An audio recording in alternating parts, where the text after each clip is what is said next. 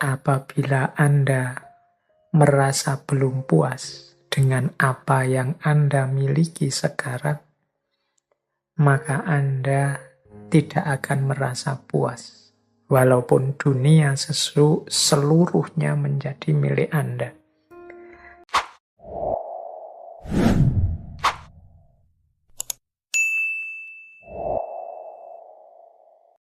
Assalamualaikum warahmatullahi wabarakatuh. Bismillahirrahmanirrahim.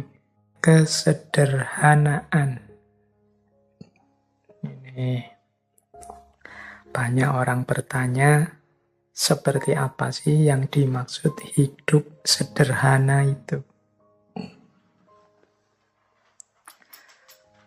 Kita sering mengasosiasikan sederhana itu sesuatu yang sedikit atau sesuatu yang tidak banyak. Sehingga kata-kata sederhana itu rasanya kok dekat dengan kemiskinan atau kekurangan. Itu konotasi kita selama ini. Padahal tidak begitu. Jadi kalau Seneca mendefinisikan kesederhanaan itu lebih, kalau pakai bahasa agama itu sifat qanaah. Jadi qanaah itu maksudnya menerima apa adanya, mensyukuri apa yang sekarang kita miliki. Jadi rumusnya itu sebenarnya kuncinya. Kata Seneca begini, apabila Anda merasa belum puas dengan apa yang Anda miliki sekarang, maka Anda tidak akan merasa puas, walaupun dunia seluruhnya menjadi milik Anda. Jadi apabila engkau tidak merasa puas dengan yang engkau miliki sekarang, maka engkau pun tidak akan puas, meskipun seluruh dunia menjadi milikmu. Hidup yang bahagia adalah hidup yang sederhana.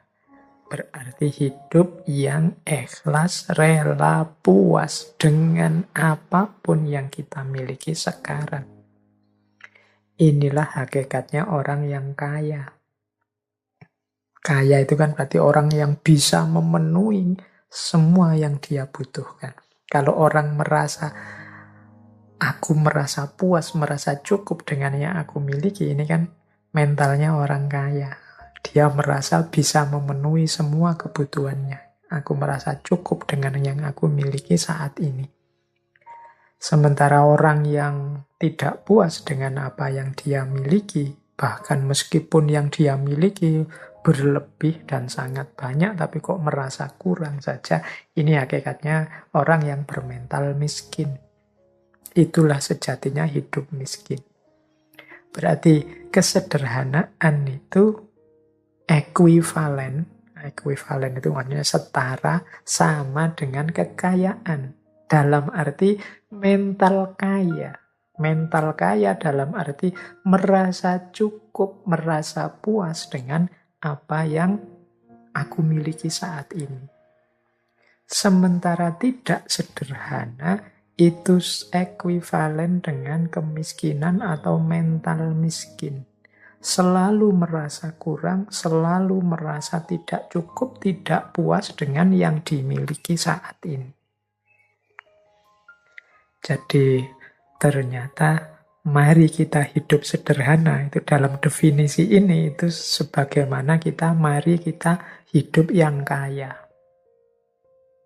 Maksudnya mari kita puas, merasa cukup, merasa mampu dengan apa yang kita miliki sekarang. Nah, itu namanya hidup yang kaya. Jadi, boleh saja kita masih belum punya mobil, boleh saja motor kita masih motor tua yang masih mogokan, yang tiap bulan sekali harus servis, yang harus selalu keluar uang banyak untuk servis, macam-macam. Tapi kita puas, kita merasa, wah, hidup saya itu sudah cukup, apa-apa saya punya, yang saya inginkan terpenuhi semua. Nah, kita bahagia dengan itu, berarti kita punya mental kaya. Itulah hidup sederhana. Jadi kesederhanaan itu sebenarnya.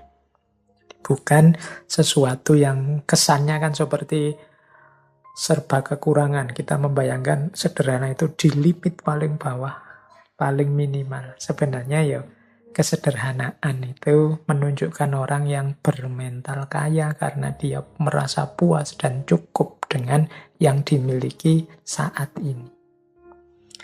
Kata Seneca selanjutnya, tidak ada yang lebih terhormat dibandingkan hati yang penuh rasa syukur. Jadi orang yang senantiasa mensyukuri anugerah apapun yang dia dapat dari Tuhan dalam hidupnya, sekecil apapun atau sebanyak apapun, sangat berkualitas atau biasa-biasa saja, semuanya dia syukuri. Inilah orang yang layak kita hormati. Karena dia mental-mentalnya orang kaya, orang yang senantiasa puas dalam hidupnya. Dialah orang yang terhormat.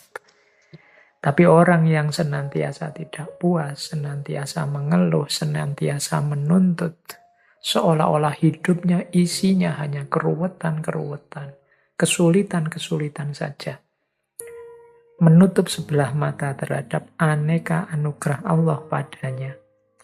Ini menunjukkan orang ini mentalnya masih mental miskin. Jadi, kalau pakai quotes-nya Seneca tadi, yang bersyukur tadi yang harus lebih kita hormati, karena dia lebih terhormat. Bahkan mungkin meskipun kepemilikannya sangat minimal, tapi dia senantiasa bersyukur. Yang sedikit itulah yang dia syukuri di hadapan Tuhan. Alhamdulillah, berarti kita puas dengan anugerahnya yang seperti ini, yang layak dihormati. Itu dari quotes keduanya Seneca tadi. Tidak ada yang lebih terhormat dibandingkan hati yang penuh rasa syukur. Jadi rumus pertama kesederhanaan itu adalah puas dengan apa yang dimiliki. Yang kedua senantiasa bersyukur. Dan yang ketiga adalah sampai kita melanjutkan hidup tanpanya, kata Seneca, kita tidak sadar betapa sangat banyak hal yang tidak penting.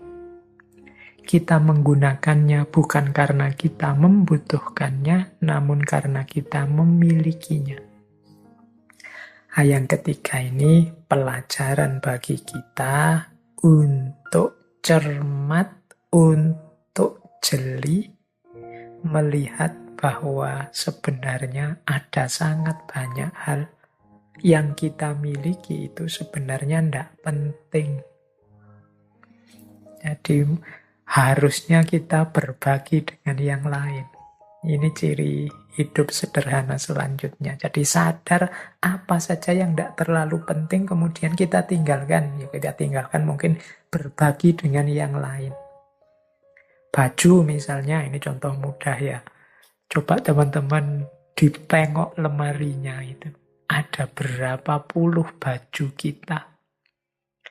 Terus berapa yang kita pakai efektif sebenarnya. Itu mungkin sebagian besar bisa jadi mungkin 75% baju yang kita punya itu sebenarnya jarang dipakai juga. Mungkin saatnya kita berbagi. Kita hanya dengan 25% yang kita miliki itu sebenarnya kita sudah bisa hidup nyaman. Baju contohnya. Mungkin ada yang koleksi sepatu. Macam-macam banyak hal dalam hidup kita sebenarnya tanpa itu pun kita masih bisa melanjutkan hidup loh. Tapi karena sudah terlanjur punya, rasanya terus kita butuh. Kalau bahasanya Seneca, kita menggunakannya bukan karena kita membutuhkannya, tapi karena kita memilikinya. Karena sudah punya, dipakai. Karena bajunya sak lemari penuh, bisa gonta-ganti terus-terusan. Bahkan masih beli lagi.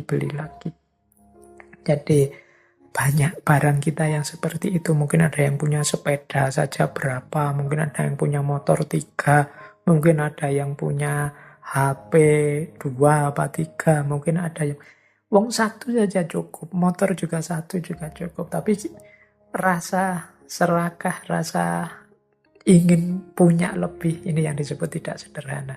Membuat kita terus mengoleksi hal-hal yang harusnya tidak terlalu penting untuk hidup kita. Yuk, kalau sudah terlanjur, berarti saatnya untuk berbagi. Berbagi itu mestinya ya ndak harus nunggu rusak dulu apa jelek dulu. Kalau bahasanya Al-Quran, kebaikan itu justru ketika kita berbagi hal-hal yang masih kita sukai, masih kita cintai. Berarti baju yang paling baik, yang paling kita senangi, kalau kita berbagi ke orang lain, itu sebenarnya itu pahalanya paling besar. Itulah kebaikan.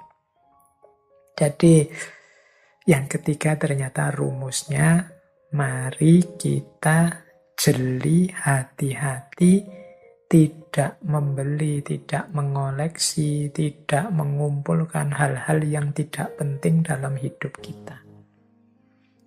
Jadi, kalau memang harus beli, ya kita beli yang memang kita butuh dan penting. Yang sudah punya, ndak usah dikoleksi terus-terusan. Karena manusia itu kan karakternya memang kalau bahasanya Al-Quran, alhaakumut takasur. Berlomba-lomba, berbanyak-banyakan. Senengnya koleksi. Jadi kata Seneca, sampai kita melanjutkan hidup tanpanya, kita tidak sadar betapa sangat banyak hal tidak penting. Kita menggunakannya bukan karena kita membutuhkannya, namun karena kita terlanjur memilikinya. Nah, ini berarti saatnya bersih-bersih. Segala kemubaziran yang tidak perlu, yuk kita biasakan berbagi. Rumus ketiga itu. Rumus keempat, untuk hidup yang sederhana, kata Seneca begini. Ini melengkapi yang ketiga sebenarnya. Apapun yang melewati batasnya selalu dalam keadaan tidak stabil. Nah, yang ketiga ini rumus jangan berlebihan. Apapun itu ada batasnya. Apapun itu. Jadi, bahkan termasuk kebaikan. Kan sering saya bilang, baik itu utama. Tapi terlalu baik kadang-kadang malah jadi tercela. Terlalu, pokoknya ada terlalunya. Itu kan berarti melewati batas. Membaca itu utama. Tapi kalau hidup untuk membaca terus, nggak peduli makan, nggak peduli temennya sakit, nggak peduli apa, ya jadinya nggak utama. Rajin itu bagus, terlalu rajin itu ya kadang-kadang malah diketawain orang. Kuliah jam 7, rajin sekali, setengah 7 sudah sampai di kelas, nunggu dosennya. Tapi terlalu rajin, misalnya kuliah jam 7, jam 5, habis subuh sudah nunggu di kampus, nah itu mungkin malah diketawain orang. Tidak, segalanya ada batasnya, yang wajar saja. Itu kesederhanaan. Jadi jangan melampaui batasnya. Jadi makan ya sewajarnya saja, jangan kekurangan. Dan jangan pula kelebihan. Minum juga begitu, beraktivitas juga begitu. Olahraga itu penting, tapi yo ada batasnya, jangan olahraga atau urusan mentang-mentang penting. Tidak juga begitu. Lari itu penting, tapi yo diukur kekuatannya, jangan berlebihan, tapi juga jangan kekurangan. Sepedaan itu penting, diukur kekuatan kapasitasnya. Jangan sampai nanti blunder, inginnya sehat, malah jatuh sakit. Jadi, kalau mengikuti rumusnya Seneca ini, berarti mari kita hidup yang sederhana. Rumus yang pertama, sederhana itu kita puas, kita terima apapun yang kita miliki saat ini. Jadi, seperti saya bilang tadi ya, qanaah. Yang kedua, mari kita bersyukur. Yang ketiga, mari kita hidup yang efektif. Jadi yang tidak penting, Nggak usah diambil, dimiliki. Yang sudah terlanjur dimiliki, boleh kalau memang mungkin kita bagi untuk sesama. Dan untuk selanjutnya, jangan memubazirkan apa yang kita miliki untuk hal-hal yang tidak penting. Misalnya membeli yang tidak ada gunanya, hanya mengikuti hobi saja tanpa ngerti batasnya. Itu hidup sederhana. Dan yang terakhir ya tadi tentang batas. Jadi apapun yang kita inginkan untuk kita miliki atau kita lakukan, mari kita penuhi itu sesuai batasnya. Tidak kekurangan maupun berlebihan. Pas saja sesuai situasi dan kondisi kita. Nah, sekarang mari kita belajar tentang kebahagiaan. Baik, tentang kebahagiaan ada beberapa tips, beberapa kata-kata bijaksana dari Seneca. Yang pertama, kata Seneca begini, orang itu menjadi sengsara karena ia berpikir dirinya begitu. Begitupun dengan bahagia. Jadi, pertama, Seneca ingin mengingatkan pada kita, bahagia atau tidak, itu tergantung pemikiran kita tentang diri kita. Kunci pertama itu. Sama sekali tidak ada hubungannya dengan hal-hal di luar diri kita. Kuncinya tentang anggapan kita, pikiran kita terhadap diri kita. Sepahit apapun situasi, separah apapun kondisi, kalau kita menganggap, aku masih bahagia kok. Aku masih bersyukur dengan situasi seperti ini. Aku ini masih tergolong orang yang beruntung. Jadi aku harus tetap bersyukur dan bahagia. Loh, itu ya kita bahagia. Meskipun situasinya sebenarnya tidak terlalu sedih, tidak terlalu mengenaskan, meskipun hanya kesulitan kecil saja dalam hidup, tapi kalau kita merasa, wah, hidupku ini malang sekali, hidupku ini menyedihkan sekali, salahku apa kok Allah mengujiku seperti ini, ya jadilah kita orang yang tidak bahagia. Meskipun mungkin sebenarnya ujiannya hanya kecil saja. Sebaliknya, orang yang ujiannya sangat berat, tapi menganggap, aku masih bahagia. Masih banyak orang yang lebih malang dari aku, lebih sedih nasibnya dari aku. Aku masih tetap harus bersyukur pada Allah. Oh, itu pun dia masih orang yang bahagia. Jadi bahagia atau tidak itu tergantung anggapan kita, pikiran kita tentang diri kita. Tidak tergantung pada hal-hal di luar diri kita. Apapun situasinya. Jadi bagi teman-teman yang ingin bahagia, ayo dimulai sekarang. Tidak usah nunggu nanti, tidak usah pakai disarati macam-macam. Saya akan bahagia Pak kalau lulus, saya akan bahagia Pak. Loh, bahagia sekarang tidak nunggu lulus juga bisa kok. Alhamdulillah, skripsiku sudah memasuki tahap akhir. Meskipun prosesnya lama, masih banyak teman-teman yang tidak selesai-selesai, bahkan proposal saja belum. Yang belum proposal, alhamdulillah aku sudah mulai nggarap proposal sebentar lagi. Banyak teman-teman yang sampai kena DO tidak sempat nggarap skripsi. Yang DO mungkin ya, alhamdulillah aku masih sempat merasakan seperti apa kuliah. Banyak loh saudara-saudara teman-teman kita yang sampai tuanya tidak tahu rasanya kuliah itu apa, sibuk dengan kesulitan hidupnya. Loh, ada sangat banyak alasan untuk kita bahagia, sebagaimana juga ada sangat banyak alasan kalau kita tidak mau bahagia. Tergantung kita milih yang mana.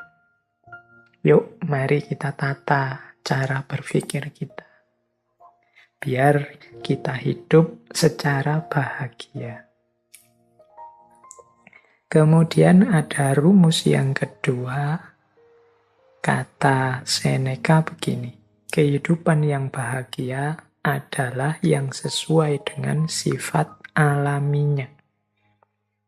Jadi kebahagiaan itu akan muncul kalau kita ngerti kondisi harmonis, seimbang, alami dalam kehidupan kita. Ini nyambung dengan yang tadi ya, yang bagian kesederhanaan tadi, bahwa kita jangan berlebihan. Hiduplah di standar yang alami saja. Sesuai sifat-sifatnya. Kalau bahasa tadi, sesuai divine reason-nya. Sesuai sunnatullahnya. Ya kita kuatnya makan berapa, kuatnya tidur berapa persen kita harus tidur, berapa persen harus makan, berapa persen harus istirahat. Berarti untuk belajar berapa, untuk ibadah berapa. Standar saja, yang alami-alami saja. Makan yang menguntungkan untuk tubuh. Caranya seperti apa, bahannya apa saja, gimana caranya agar tidak kekurangan atau berlebihan, itu standar-standar alami. Kalau kita bisa hidup dengan standar yang alami tadi, ya mudahnya tidak kekurangan, tidak berlebihan, insya Allah kita akan bahagia. Yang ketiga, kata Seneca begini, berbahagialah mereka yang dapat bertahan di saat menerima keberuntungan dan ketidakberuntungan. Jadi, mental ketiga yang melahirkan kebahagiaan adalah penerimaan. Di antara sumber ketidakbahagiaan kita adalah kita tidak terima dengan situasi yang padahal sudah nyata kita hadapi. Kita tidak mau ngaku, kita tidak mau menerima bahwa oh iya, sekarang memang situasinya seperti ini. Oh iya, sekarang memang kondisinya begini. Mari kita terima dulu kenyataan hidup, kalau orang Jawa menyebut kasunyatan. Mari kita terima dulu apapun situasi yang memang sudah jelas kita hadapi. Ini akan membuat kita bahagia. Bahwa untuk selanjutnya, wah saya harus mengubahnya jadi lebih baik. Saya harus memperjuangkannya agar lebih berkualitas, monggo. Tapi pertama-tama, mari kita terima dulu. Apapun situasinya. Jadi, kalau bahasa psikologisnya, jangan denial. Jangan menyangkal. Kalau memang faktanya sudah terjadi, bukti nyatanya sudah kelihatan, yuk kita terima. Biar tidak gelisah jiwa kita, tidak bingung. Jadi, apakah itu jenisnya keberuntungan atau ketidakberuntungan?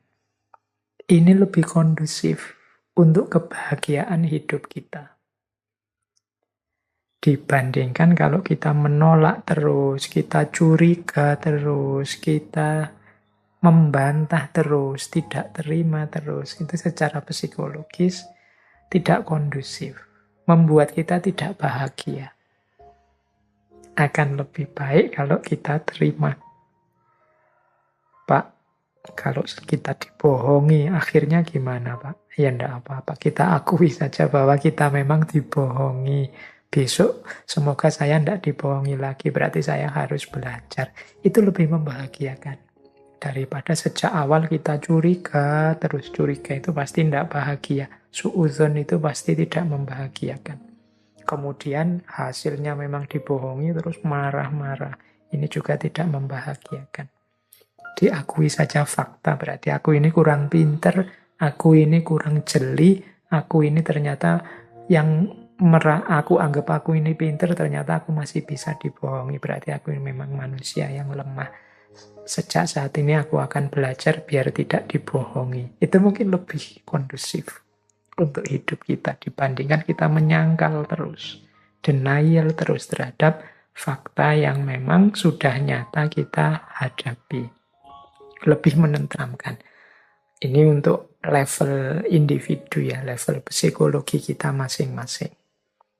Mungkin kalau nanti urusannya beda, mungkin level sosial atau politik atau ekonomi logikanya mungkin berbeda, tapi untuk kenyamanan kebahagiaan hidup kita, penting bagi kita untuk mengakui dan menerima situasi yang kita hadapi, baik bentuknya keberuntungan maupun ketidakberuntungan.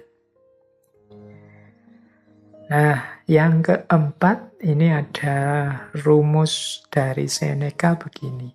Keberuntungan itu adalah apa yang terjadi saat persiapan bertemu kesempatan.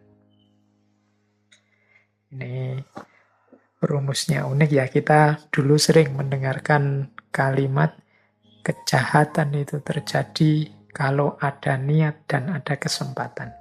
Ini kata Seneca bukan tentang kejahatan, tapi tentang keberuntungan hidup. Keberuntungan hidup itu akan terjadi kalau persiapan bertemu kesempatan. Jadi kalau kita ingin hidupnya beruntung dan bahagia, berarti apa? Ayo kita mempersiapkan diri. Sehingga ketika kesempatan datang, kita bisa memanfaatkannya untuk kepentingan kita. Itulah namanya beruntung. Untuk hal apa saja yang kita inginkan jadi target-target kita, kalau tadi di depan aja tujuan hidup kita, mari kita siap-siap. Jangan sampai kesempatannya datang, kita belum siap. Atau sebaliknya juga, persiapan kita sudah matang, kesempatannya tidak datang. Hanya saja, kalau kesempatan kan kita tidak menguasai sendiri. Kesempatan itu kadang datang dari luar diri kita. Tapi kalau persiapan, itu kita sepenuhnya yang melakukan. Jadi mari siap-siap. Sampean ingin apa?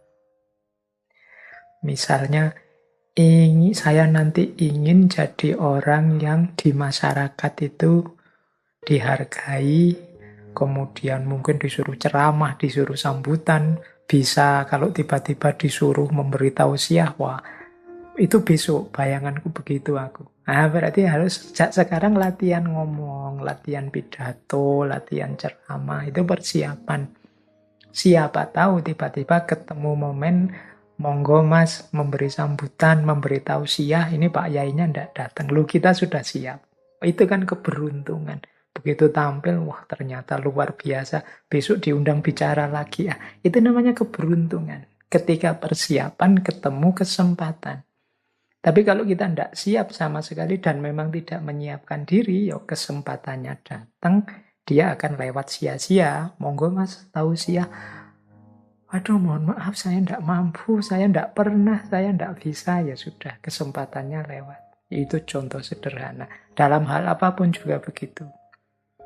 Ketika teman-teman ingin meraih sesuatu, persiapkanlah diri sebaik-baiknya sehingga ketika sesuatu itu hadir, kita sudah siap menyambutnya. Itulah kuncinya hidup bahagia. Jadi beruntunglah kita yang ketika kesempatan datang kita sudah siap. Ini diantara rumusnya kebahagiaan. Berarti sehubungan dengan target-target hidup kita, keinginan-keinginan kita, kita harus mempersiapkan diri untuk menghadapinya, mengelolanya begitu kesempatannya datang. Karena keberuntungan itu terjadi ketika persiapan bertemu kesempatan. Jadi ada 4 rumusnya kebahagiaan. Kalau versinya Seneca, yang pertama, pikiran kita tentang diri kita jadi kunci bagi kebahagiaan kita. Yang kedua, hidup yang alamiah, tidak berlebihan, tidak kekurangan, sesuai sunnatullahnya, akan lebih membahagiakan. Yang ketiga, kekuatan kita untuk menerima kemampuan kita untuk menerima apapun situasi, baik beruntung atau tidak beruntung, adalah sumber kebahagiaan. Dan yang keempat, kesiapan kita untuk mengelola, menghadapi kesempatan apapun yang datang. Jadi itu antara lain kuncinya kebahagiaan menurut Seneca.